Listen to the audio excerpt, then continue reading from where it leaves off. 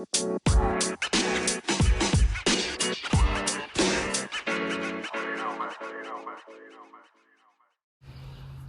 right, guys, welcome back to the podcast again.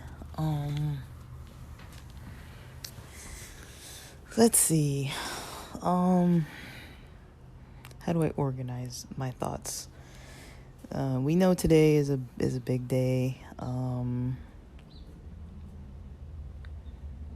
With the situation with Roe versus Wade. But today, I want to talk about a general topic that can be relevant, but not maybe too directly related. I'm pretty sure so many people have content out there that's directly related, but I want to post something about kind of a relevant topic to, how different things, different policies, different laws, different, stressors, especially if you have some sort of a minority status, whether that's, ethnically or racially or religiously or gender-wise or, LGBT community, or, maybe you're from an indigenous population, or, there's so many different minority groups, and a lot of groups get impacted, the most by certain types of rights being taken away, or removed, or certain rights being denied. But, overall, it just contributes to a lot more stress, a lot more anxiety for people, a lot more worry, a lot less options and opportunities. And, it can be damaging to family lineages. The less resources you have available to you, the potential for less health, overall, right? Mental health, physical health, whatever that looks like. And then throw on top of that, a pandemic, throw on top of that the economy tanking, throw on top of that, everything costs who knows how much more. Like, in some cases, a lot of things are like double what they used to be in 2019. All this kind of stuff wears on people, even if you are in a privileged position. It's hard to really ignore any of this stuff. And so, today I really do want to talk about, about ego, about not necessarily ego in the sense of, not like directly with social relationships, dating, family relationships, not necessarily like that so much, a little bit, but, kind of more so with work, I guess I would say. Work, school, career related, income related, and, financial stability related topics.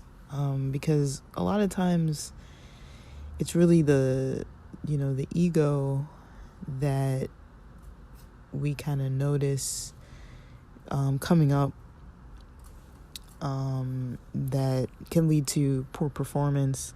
And, there are a lot of things attached to performance, right? So usually at work, usually at school, usually even if you don't go to school, even if you're not working for a company and you're working for yourself, or however it is that you sustain yourself and your family, it takes some form of effort where you're going out there, you're doing something.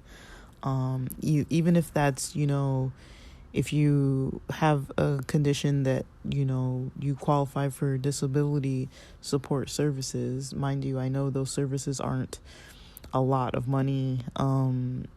Usually people who work, the majority of people who work are able to make more than people who are on disability are able to make. And a lot of times people who get disability, they're in poverty. And so, I know there's always a lot of, it's a complex topic. But even with disability, it can be taken away.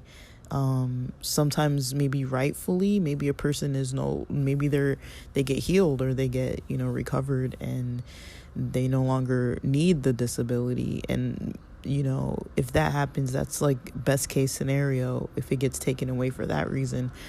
But sometimes, I've seen people get their disability taken away because they got some money or saved some money, or somebody gave them some money, or, they went and started driving Uber or something, or qualified for one benefit, and then it just kicked them out of their other benefits. And,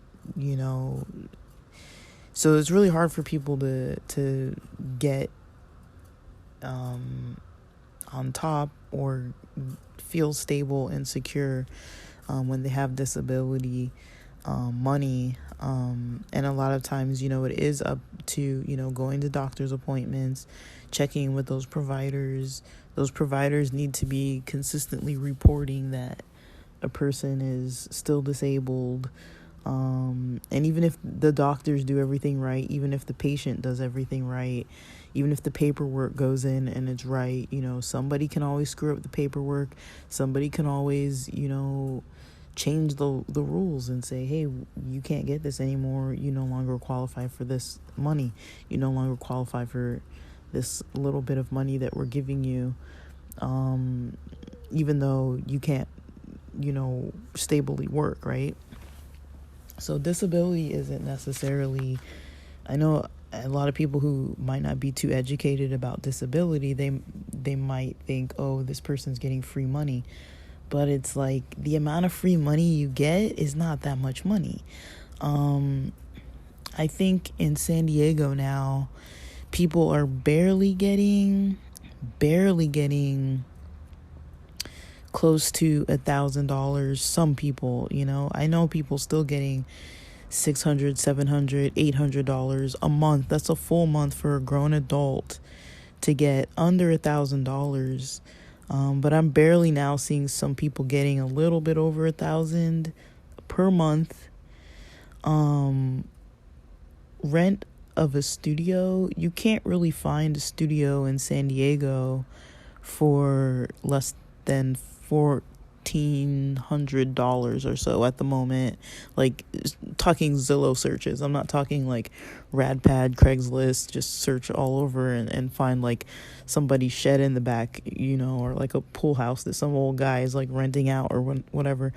Even those are like still close to $1,300. So you can't even really afford your own solo place on $1,000 a month. And you usually can't afford a car. You usually, can't afford to move, at least not easily. You usually can't afford to save, and you might get $30 or so for like EBT money for like food stamps and things like that. So you're really not, rolling in it. And I know San Diego is, a different beast when it comes to the economy. But that's just an example. I know there are people in other places making less. The cost of living is usually less than it would be in San Diego. And in a lot of places, not every place, but San Diego is one of the highest price cities to rent in anyways at the moment.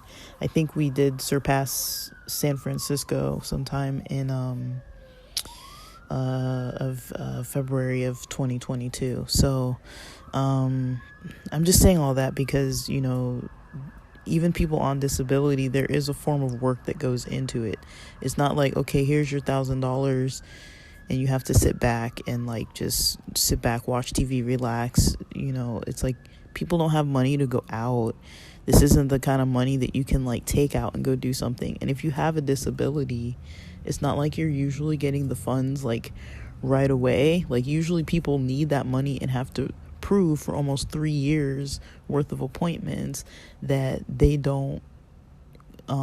can't work. And so imagine having no income for 3 years and still getting denied and having to appeal, or getting the money and then something else happens and then your money gets taken away and you literally can't work anyways for physical or mental health reasons or a combination of reasons, right? So if we even start looking at that picture, that kind of sets the stage for, what if you don't have a disability, but you just find it that, either your physical health is declining, your mental health is declining. With the economy, it might be harder for some people to afford food, afford services, have energy to get to services, support services. Services are being heavily impacted in a way that a lot of people can't get appointments. Right now, I have a client who is in a we got her into a transitional housing site, and she has to have certain disability funds, temporary disability funds to pay the rent there, and it's a very reduced rate of rent. But the doctors are starting to decline to sign the paperwork, and so the doctors don't want to sign off on it anymore. They're creating new policies where they won't sign, but this person literally can't work. They can barely walk, and then they're trying to resolve the situation with being able to walk. They cannot walk, and then they try to get around and do what they need to be doing, but they're running out of energy. They're like physically in pain to the point where they have to be sleeping more, resting more, and they can't really move as freely as they'd like without pain. They can't really eat properly. How's this person expected to really get up and go get a job? It's not really gonna happen.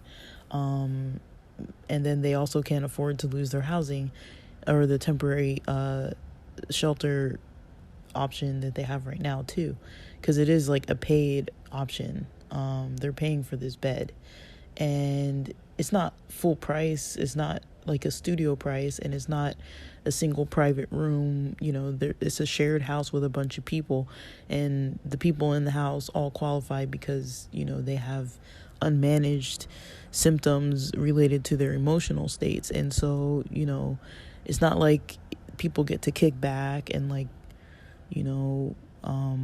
just like relax and do what they want to do. It's like they're on a program there, and they also have to put up with situations with other people in their lives, and how other people just might be disrespectful and unkind and make them sad. And then on top of that, they're trying to get permanent disability, and on top of that, they need some kind of income to be actually able to transition out of that shelter option, but cannot work. And so that's kind of what it looks like when somebody doesn't have disability, but they're trying to get disability and trying to sustain themselves. It's like if you don't have family to depend on, or if your family can't support you or won't support you. 3 years is a long time, and it's still not a guarantee. And that's 3 years to maybe make $600 a month, maybe make $1,000 a month. And, it's a process just to get to that point, right? So that's another stage, and then you go from those stages to, maybe people who can work, who don't qualify for disability, but do have problems that, interfere with their work, at least on occasion. A lot of the forms, they'll ask you questions like, do you feel like you need more breaks than others? Do you feel like you can, work a shift this amount of time? Like, how often do you lose concentration? Things like that, right? And, when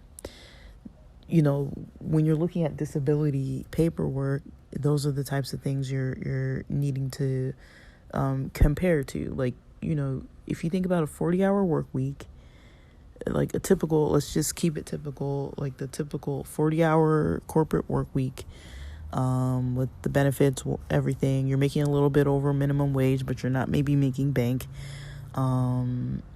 Let's say you make enough to rent a room, but you can't really afford an actual, private studio apartment or anything like that. Anywhere within a 100-mile range of where you work, so it wouldn't really be like an ideal driving about a couple hours one way every day to and from work. That's not ideal, right? And say you have a car, say it's paid off, right? Paid off, reliable. We'll keep it at least that minimally simple on this end for now.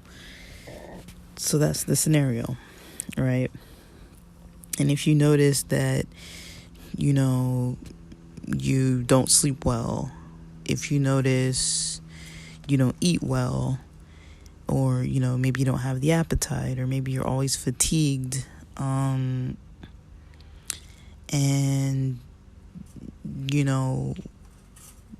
that's already going to impact your function at work. And if you think about needing the focus, needing to have emotional energy, needing to be able to interact with coworkers or clients or whatever you do at your work, if there's social interaction involved, you have to be like polite, appropriate, respectful. You can't just be like popping off because you're in a bad mood and tired and sore and hungry and, exhausted, right? And then you take that and you take it and you look at what options do you have, right? So if you look at, your typical work day, usually you'll get an 8-hour shift, a 30-minute lunch, 2 10-minute breaks, right? Is that enough of a break for you? That's already the first question. With the breaks that are there, is this enough break for you? Sometimes the answer is not going to be yes. Sometimes you feel like you need more breaks, meaning you can't focus even when you are working, even when you did have those breaks, meaning you don't feel emotionally well, meaning, physically you might feel sore in your body, like somatic type of things going on. You might feel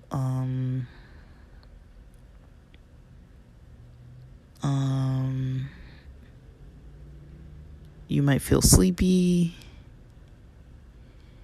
You might feel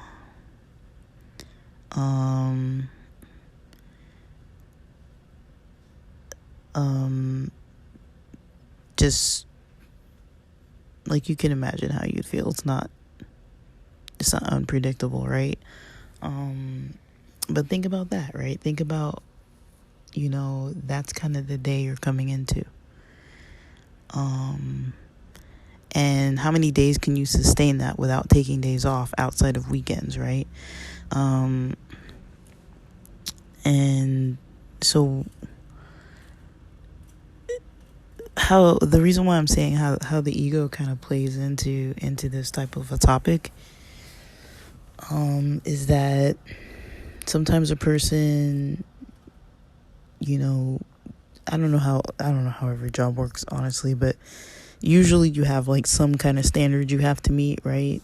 Like I've worked at the mall before where it was like, all the certain sections of a store needed to be folded, put away, or, the new stuff, it was like overnight work. The new stuff needed to be laid out in a certain arrangement for the next sale coming up, or the prices on certain items needed to be, changed in stock, like, and on shelving and racks, by a certain time, by the next day, right? So it's like you can't, if you're the night team, you can't leave until that's done, right? You can't leave until your section's done, and then you help other people with their sections, and you get your section kind of approved. It needs to be like nice, neat, like good work, right? So if you're doing sloppy work, if you're doing slow work, usually those things are not gonna help. And then let's go to um, um,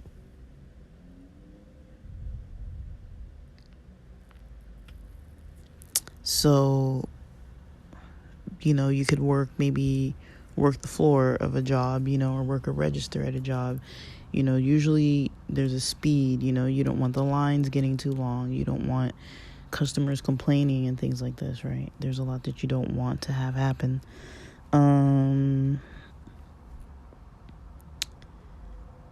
There's a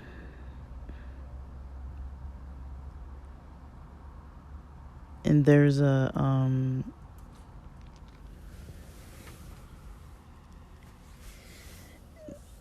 so say, what do you do when that happens, right? You only have so many days and times you can take off. My job, for example, we have a certain amount of minutes that we have to log of actually doing things that are considered contributing to our productivity. At this job, we have to have 360 minutes, meaning that technically you can have about 2 hours of your day. Mind you, 50 minutes of it is a combination of breaks and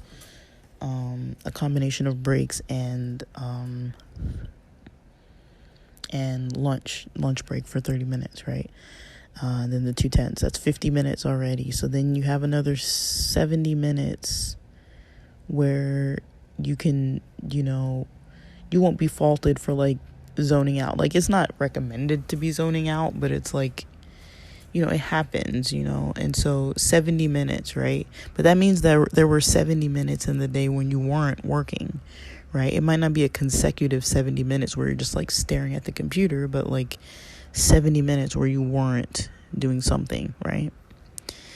So one thing I noticed for myself is I'll get slow with either, with stuff that should be quick, like how long does it take to call somebody? The phone rings through, goes to a voicemail, you leave them the voice message, and then you type out a note about what you did. That shouldn't take that long. If it starts taking me more than like 7 to 15 minutes and starts taking me like 25, 27, 30 minutes just to like do that sequence, it's like that's an issue, right? Because it's taking too long to do a simple task. The energy's not behind it. Or if I notice I'm just not focusing, because I log every minute to minute of what I do. And so if at 10:13 I start doing something, from 10:13 to 10:18, and then I pick up a different task from 10:18 to 11:15, and then I get up and take a break from 11:15 to 11:25. Then I go from 11:25 back to the first task that I ended at 10:18. It's like I'm logging it like that all day so that I know eventually I get to 360 minutes.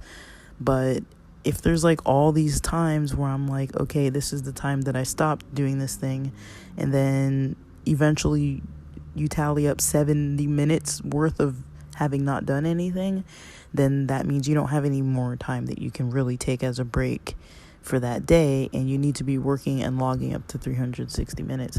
So I notice when I start to get either like on that level where it's like I'm literally zoning out more than is allowed, or I'm taking way longer on tasks that should take like a short amount of time, or just no energy to really do certain things. Like certain times I'm like, there's certain people I just don't have energy to talk to because it's just too fatiguing for me.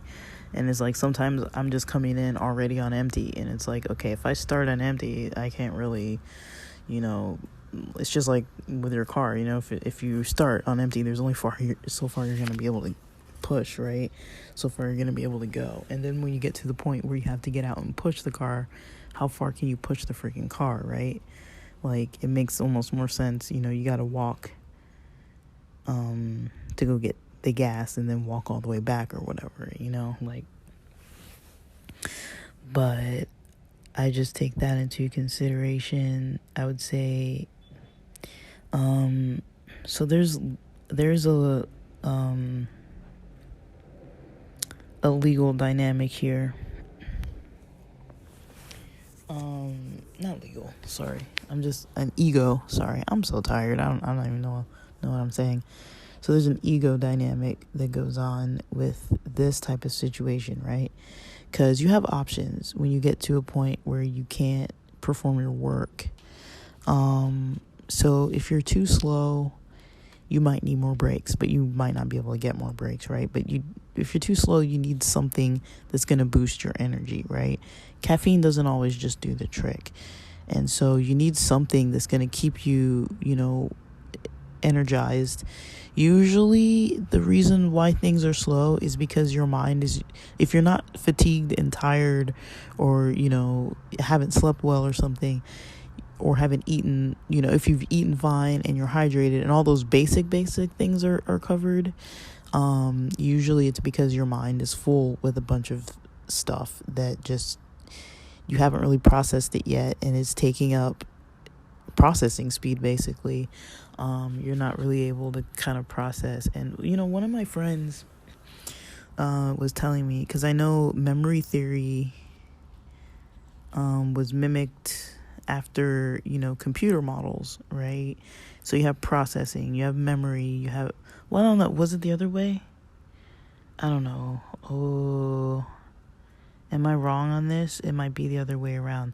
But either way, like, my friend was saying, stuff like, with memory and storage and all, like, how we kind of compare ourselves to machinery and stuff like that. And I kind of mentioned it once when we were on our way to like a soccer game, and we're walking across, trying to get to the stadium and everything.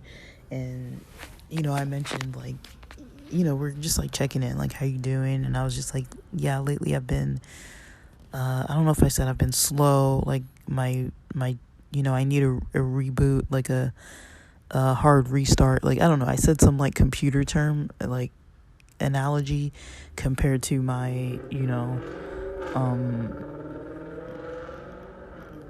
how I kind of felt I was doing. And you have to excuse, I'm in the house for once. I've been recording in the house lately. I'm in the house. You're going to hear my blinds blowing in the wind. You're going to hear motorcycles, sirens, honking, airplanes, helicopters, people. It's LA. So that's how it is in LA when you have the window open. It's just like, okay. But it's kind of warm. It's not hot, but I like the window open. And even at night, I like the window open. So yeah, that, that analogy about, comparing yourself to, computers or technology and that kind of stuff, like robotic type of things. He was kind of mentioning, like, it's not maybe like the best of ideas to compare ourselves because, we're not robots. Like, we didn't really get into it, but I was kind of like, I value this friend's opinions about things, but just, when he said it, and I was just kind of, I wasn't like hurt, but I was just like, okay, like, in my head, I was like, well, I like to talk about myself like that. And I just, it only recently hit me where I was just like, because I was like struggling with like some, performance issues at work. And it's not like it's even like I'm in some kind of disciplinary situation. It's just, I notice that I'm kind of not as energetic as I need to be at work right now. And I was just kind of thinking about it, and not just this week, but I think about it from time to time, and I was just like, okay, like, we haven't really been studying, we haven't really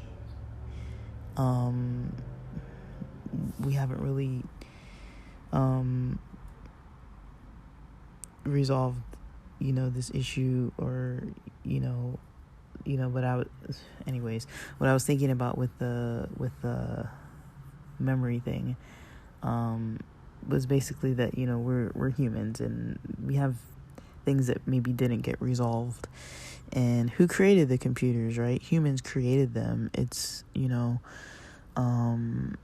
it's something we came up with. And so it's almost like, I don't want to say like a Frankenstein, but it's almost like that. It's like if you were to take, like, say if you made a statue and then put some robotics to it, and it was like really good and it actually moved and did stuff, and then you start like comparing yourself to it, it's like it just kind of takes away from like the experience of humans with like the emotional processes that we go through and all the complexities of what we experience. I mean, me even trying to explain this topic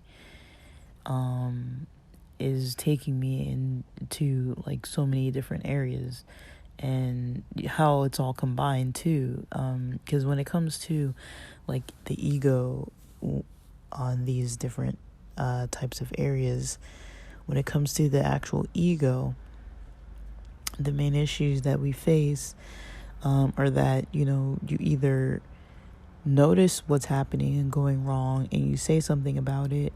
If maybe you try to resolve it on your own, and then you notice, okay, I'm not resolving this by myself easily, so let me take some steps, and you don't, a lot of times with work, depending on the environment, but in a healthy work environment where people have good boundaries, usually you're able to just be like, I need the day off, and then they just give you the day off. No question is asked. If your work is on point, if you're not like way behind, if you're doing what you need to be doing, usually they're not gonna like hassle you about this. And so usually that's how it should be. They shouldn't have to be asking you about medical stuff. They shouldn't have to be asking you about what are you doing, where are you going, that's not any of their business. As long as your work has been getting done and you just need a break, they should just allow you the break. That's my opinion. I know some jobs you need to get things covered, certain days or meetings or whatever need to be covered or whatever. But, as long as you're within policies, I guess, at the very least, but then also if your performance at work is suffering, it's good to do something about it before somebody else does something about it, right? You don't want to end up in some disciplinary situation. You don't want to end up getting fired. You don't want to end up, having people like, keeping a close, tight eye on you and, already stressing you out, and you're not going to be comfortable anymore. It's good to have work as comfortable as possible so that on your free time, you're freed up to do what you need for yourself and think what you need to be thinking on, and processing things for yourself from your day and reflecting and recovering from work and everything, instead of spending your evenings worried about work, right? So when you notice that, things are a little foggy, things are a little, off, like, it's good to ask yourself, is there something going on, that is getting in the way that's obvious? Are you having a couple extra glasses of wine at night? Are you, drinking too much coffee during the night just to not sleep too early and then staying up till like 3 a.m? Is there something that's like an immediate thing that you could kind of do that's right there, that's related to either like food intake, some kind of substance, sleep, mood? Like, are you just like moody? That can impact your sleep too, honestly, especially if you're anxious. That can really impact your ability to like fall asleep, stay asleep. Depression affects sleep. Everything affects sleep, basically. But if your sleep and your food isn't right and your energy's really not going to be right, and then you're just not going to feel good. So if there's not something you can immediately do, and if it's not easy to take days off, that's where I think people start to feel super stuck, right? But it's like, I feel for people. I'm not in a job where I've ever been at a point where somebody's been on my case about taking work off. Usually for me, it's like there's too much work, so I work too fast, and I burn myself out in the process, but I work too fast. And then after I'm working too fast, I'm making mistakes that make it so I have to spend time going back and redoing some stuff, right? So that's one thing that I don't do well. Another thing that I don't do well is I do push pretty far past the time when it's like taking me longer to do things than, not even on purpose, but like I said, like when your head gets full, you don't have any more energy to kind of like go as fast as you would when you have a clear mind, able to focus, right? So is there something impacting your focus with your speed? Is because usually you need both of those, focus and the speed. But if you can't do the speedy part, then you need to slow down, and then maybe slowing down will help you have more focus, and then that will also make it so you don't have to go in and start changing things depending what your job is like, because that is like you don't get that's another thing that contributes to, like, at least on my job with productivity. We're not that 360 minutes. You don't account for time editing stuff and time changing things. So it also gets in the way of your productivity. So editing isn't a good place to have to be in. If you need to edit for like 2.5 hours, I mean, that's a really long time. But we do have a lot of stuff, we do a lot of things. Like I mentioned, the person, the similar situations to the person that I mentioned, that they have going on, that, all those things take knowledge and resources, and looking for resources and collaborating with all these different people. When the doctors don't fill out paperwork, we have to be talking to the doctors. When the sites are asking for their money for their rent because, this person has a bill for the transitional place and the, paperwork isn't done, so the money's not coming to them, we have to figure something out with them. If they need to transition out of there and into another place that's free, like another like actual like homeless shelter, then okay, that might have to be the next route. If we, there are so many routes that we take where it's like we're gonna have to move from one route into the next route. So we're usually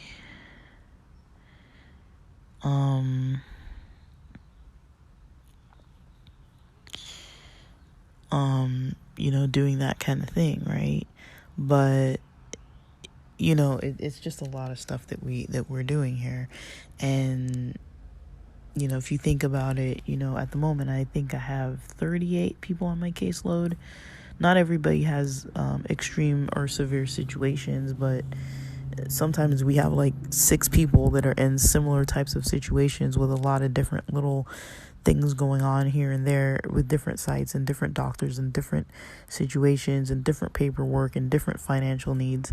And it's like, sometimes we're the go-to person that needs to try to do this. So if you have a job that's kind of like this type of work, at least luckily we are able to get, days off easily. And, I asked for a day off. Like today around,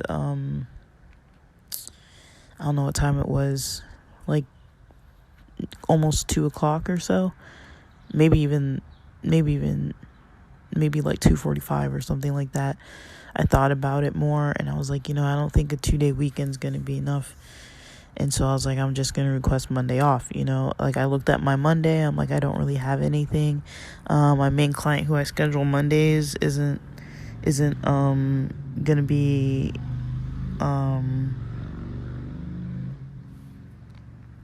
she isn't going to be, scheduling because she actually has other plans. And so I was like, well, that's a perfect day to take off because the end of the month is going to be Thursday and Friday is the start of the month.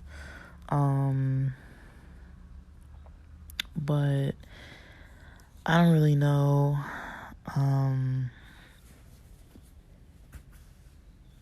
Like, I don't really know what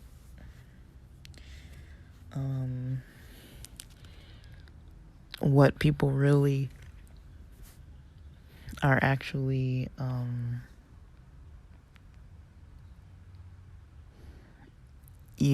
what people are really kind of trying to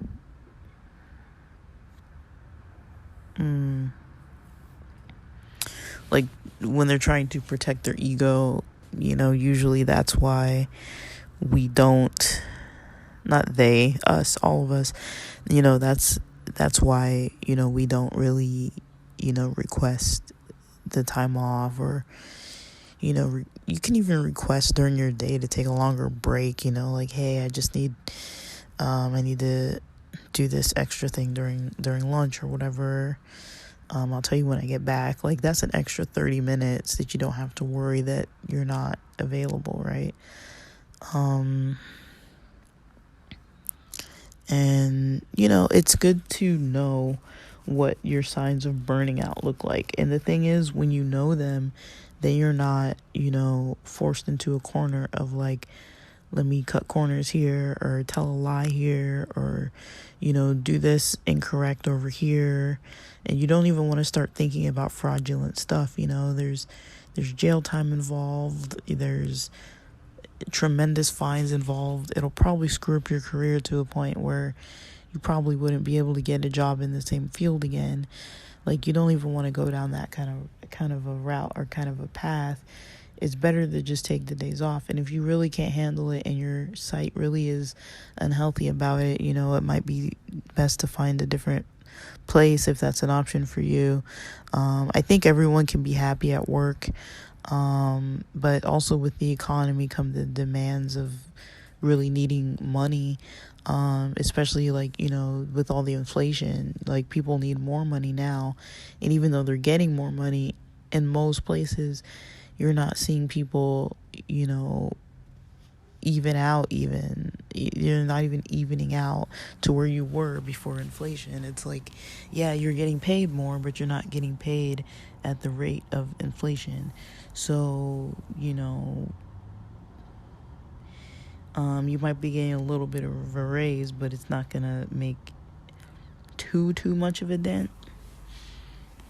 Sometimes you do really have to switch jobs. And I know, for a lot of people that can be scary, or going to school or doing some training. Sometimes that can be scary because it's like, okay, like a lot of times you might have some attachment to your actual like job, career. You might have some attachment to the status or to your role, or you might really like the job. You might not want to do anything else. You might really just love it. And it's easy to be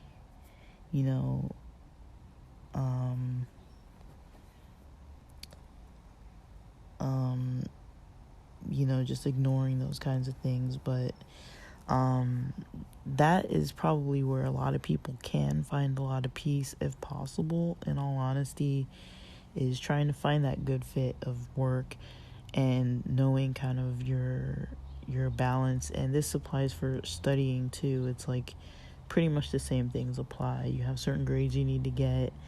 You have certain stuff you need to learn. You know what certain jobs might be looking for, and you might need to do specific things even outside of your major if that's necessary, just to kind of get where you need to get with landing a job or making your job for yourself once you're done studying. But a lot of times it's easy to just be like, I mean, in school it's a little bit different because it is kind of hard to take days at some schools. I mean, you can be professional about it and everything, but I feel like school is different from work. Like, a lot of times at work, you're not just sitting and listening and somebody else talking. The majority of school is lecturing and learning through lecture styles. At least in the U.S. Western culture, that's the majority of what you do at school. You're gonna have fun days. You're gonna have days where you're like partying and doing other stuff, but the majority of school, you come in and you're sitting at a desk. Like, that's the majority of most of your classes. And so if you can't do that and sit at a desk and focus enough in every class to get the right information, and then come home, do your homework, and then turn it in on time and accurate work done, correct answers, get a good grade, and then understand the material, take the exams, and then do all the other kind of stuff in between too, like, electives and other types of, extra, learning on the side, and all kinds of other stuff, sports, social stuff that you have to do. You can't just sit at a desk all day, learn, and then turn in assignments. Like, that's not the full school experience. Like, I feel like students have actually a longer day. Like, for me, when I was in school, you might be studying before school or after school, but you go to school I went to school from 8 till 3 at one school. At another school, I went 8:30 to 3:30. And then in college, my schedule was literally all over the place depending on my classes. And when I was commuting to and from a school that was like farther away, I would usually try to schedule the classes close to each other in time, so that I didn't have like 4 or 5 hour breaks or something, even though I could study in all that time. But sometimes it's like you'd rather just get the day done. But there were some quarters or semesters that I had just like a really bad schedule. I'd be at school from pretty much 10 in the morning to like 10 at night, and it was like, that's not pleasant, right? But so yeah, college and grad school and all that, my schedule was a little different. And then so that was school on that end. And then there's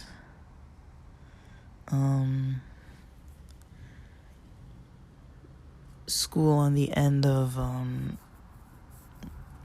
basically, I feel like in school you're mostly there more than 8 to 3. And then you're also you're there all day, and then you're studying after school, or you're involved in other stuff after school. Like with work, it's like, other than the commuting part, most jobs you start and finish within 8 hours. Some jobs, there's a lot of different types of jobs, but a lot of jobs, if you're doing like 8 hours and you have the kind of job where you're not taking work home, then that's a really good thing. Honestly, you're not taking anything home, and so I think that's what's best, really, is to not have to take work home, because then you have all your free time to yourself. But with studying, it's not really like that. You're kind of studying once you get home. You usually at least have to do some kind of homework, and you do that for years. Like, it's like, oh my gosh, and you have to pass your classes to get to the next grade. So it's like, oh my gosh. But yeah, work is kind of like, you can kind of do the same thing for years. Policies change and jobs change, but I don't think they change like every year as significantly as it is with like school and classes. Like in college, you're changing all your classes. In school below, like high school and below, you usually have the same schedule, the same routine throughout every day, or you have a block schedule or something. But usually, you take the same classes for a year, the same set of classes for a year, and then the next school year you start a different set of classes, unless you have to repeat something. But usually the order of your day is usually the same order. At work, that can be the case at work, but at work it's more consistent until you change something or until some policy changes. Like either you're applying for a different job or the job just changes on you, unless you get promoted or something. But yeah, I feel like work stays a little more stagnant for most people, at least more than a year. Usually they're not shifting to a whole different type of set of tasks. But yeah, just, I'm posting this just so people can like think about it, because I think right now it's getting harder and harder to retain jobs. More and more of the companies involved here and there are trying to cut, who they're paying, who they're needing support with, or who they're needing support from. They're trying to cut, expenses everywhere that they can. And with that comes a lot of other responsibilities. Eyes are going to be in a lot of places that they weren't before. And, you don't want to get cut because of, fatigue or being too tired. And, I'm very thankful for my health. Because, I know people that unfortunately, they power through, but I'm just like, man, like, to not even have energy to like go out, like ever, hardly, or to not have a desire to do anything but like sleep all weekend. That's kind of how it looks. It's it can get pretty challenging to not even be able to have fun on your free time when you have 2 free days off. So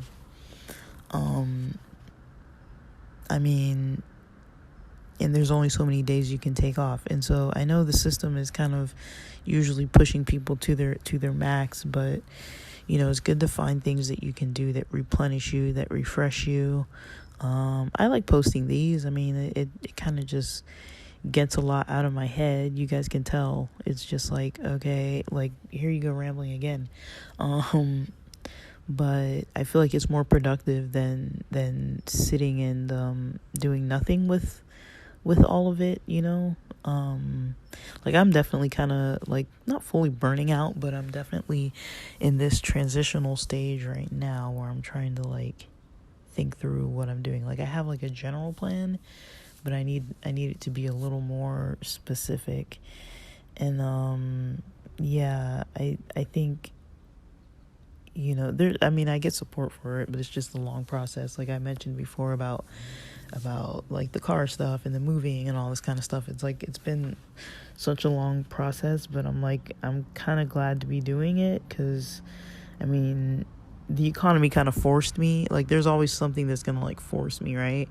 So with the changes in the economy, the place where I was living that wasn't a good fit anyways, the place where I was living was about to change their, they got a new buyer. And then the buyer, at the end of the lease, this coming October 2022, the lease was going to end, and that buyer was saying that they were going to sell the property, like meaning everyone's going to have to move, or they were going to up the rent because the rent was like dirt cheap. And that's the main thing that kept me there, was the dirt cheap rent. And so I'm thinking like, okay, like, well, that's what I was thinking then, was like, okay, like I'm going to have to get out of here by October anyways. And I'm like, I really don't see things changing too significantly by October, as far as getting what I want. Like, I don't want to be living with wild people. And if they're wild, I want to have control over them being there. And I want to be able to, like if I'm dating somebody that's wild and they're living in my house, that's different, because I've agreed to put up with that. But I don't want to be, put in a corner to need to live with somebody like that because somebody else doesn't want to take responsibility, or they can't control themselves and nobody's really doing anything about it. I don't really think, with the climate of things, that I really want to deal with that kind of stuff. for much longer, I'm like, I gotta get something going in a different route. So like, I'm thinking on things, like, I don't know, I haven't even really had the energy or real amount of time. Like, I think after, is it after, no, before Juneteenth weekend, I took some days off. But I feel like it was just enough because I had just moved. Like, it was just enough time to kind of like get me kind of like back to work, having a couple of days off after I moved, and then having a 3-day weekend the next week, and now this week I'm having another 3-day weekend. So I think it's going to be helpful. But yeah, it's just, you don't want things to go too far, in all honesty. So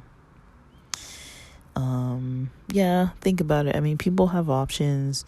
I know there's always like the powers that be, like at your job or whatever, that a lot of times that kind of stuff really calls the shots. But if you have a decent work environment, then that's different. But all right, guys, I think that's it for now. All right, thanks for listening.